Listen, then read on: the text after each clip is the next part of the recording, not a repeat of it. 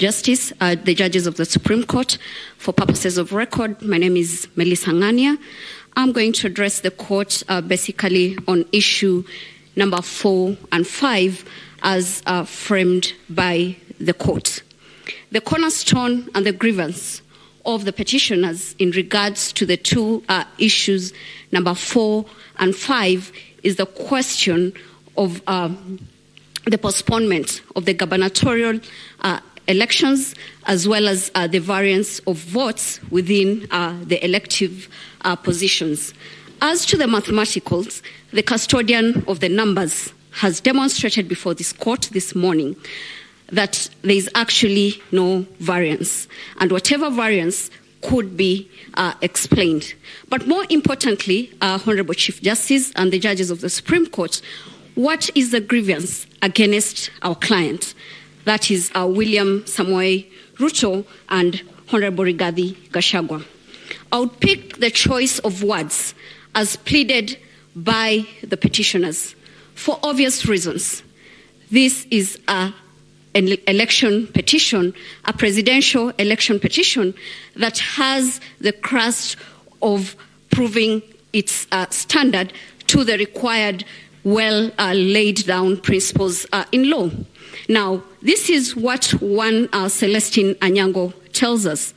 She tells us that the grievance against my client is that a pattern throughout the country where the 9 respondent appears to benefit from a fraudulent paddling of votes in violation of the law. They are not sure of that. They've not laid a credible, tangent evidence as to the paddling of that votes to the benefit of our clients in this respect to warrant this court to annul the elections as conducted. But what is more disturbing is the position of the Kenyan voter. As laid down by my senior counsel, Fred Ngatia, that is to be found under Article 38 of the Constitution. But more importantly, we have a history as a country. We are a country that has been privileged to legislate on each and every issue that has been litigated before these courts. We are a country that even legislates on the time between which a president should be sworn in office, for obvious reasons, because of the history that has culminated around our electoral law jurisprudence. Now, the appreciation of the cornerstone of Article 38 then would seek refuge in the Constitution of Kenya Review Commission. This court, in the famous BBI case, categorically stated the history behind our constitutional making process. I'll not wish to regurgitate the same. But I'll beg the court, when you retire to write your judgment, to adopt your paragraphs of that decision, paragraph 415 to 441 in that respect. Again, Honorable Chief Justice and members of the Supreme Court, judges of the Supreme Court, then what culminated to the Article 38 of the Constitution. In the final review, for us to get the gist of the Kenyan voter, because all that we are trying to help this court to realize is that what was the will of the Kenyan voter as expressed in Form 34A. And the Kenyan voters said what they wanted, and that is to be found under page 51 to 52 of that report. Now, coming to my submissions on Article 38 in that respect, their views were finally codified in our Constitution under Article 38 in that respect. For purposes of emphasis and so that we do not lose the trajectory of the Kenyan voter, this is what Article 38, Clause 3 says. Every adult citizen has the right without unreasonable restrictions. That is the underlying word. The Kenyan voter wants to vote without unreasonable restrictions to vote by secret ballot in any election or referendum. What we've been told is that there has been the restrictions of postponement of gubernatorial elections. There have been the restrictions of what happened in Bomas. A Kenyan voter is not interested in that.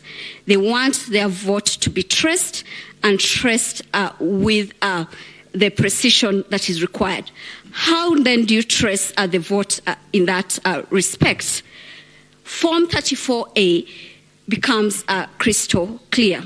The petitioners have not challenged Form 34A in that respect, so that the votes that were cast and tabulated in that respect remain unchallenged. And where they have challenged, we have demonstrated before this court that it is unfounded, it is based on generalization, and it is based on conjecture.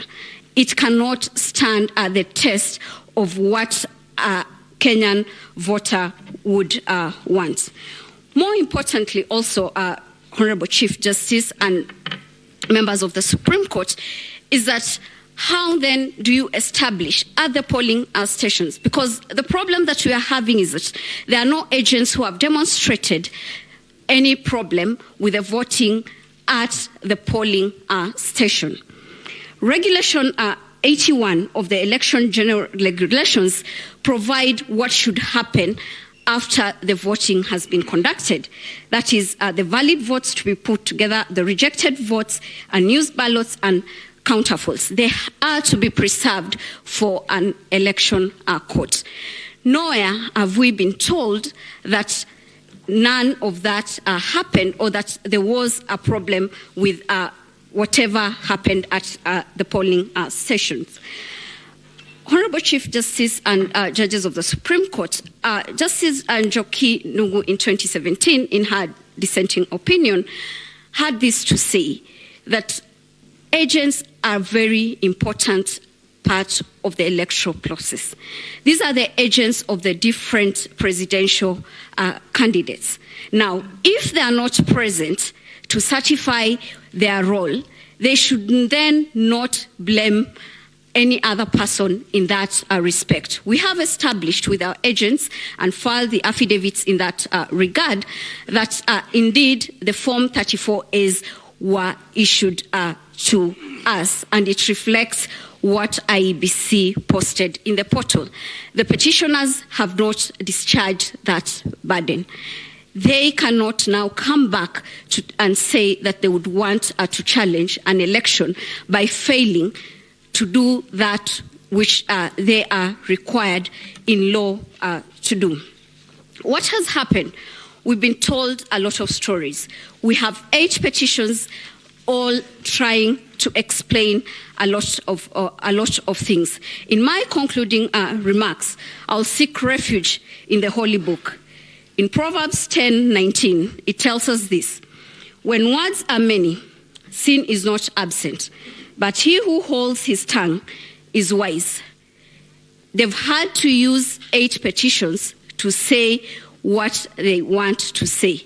In those abundant words, then sin cannot be lost in that respect. It will be my humble prayer that the petitions before this honorable court be dismissed. I'll take this opportunity to welcome my learned senior, Professor Kithure Kindiki, to address you on the 6th issue. I'm most obliged.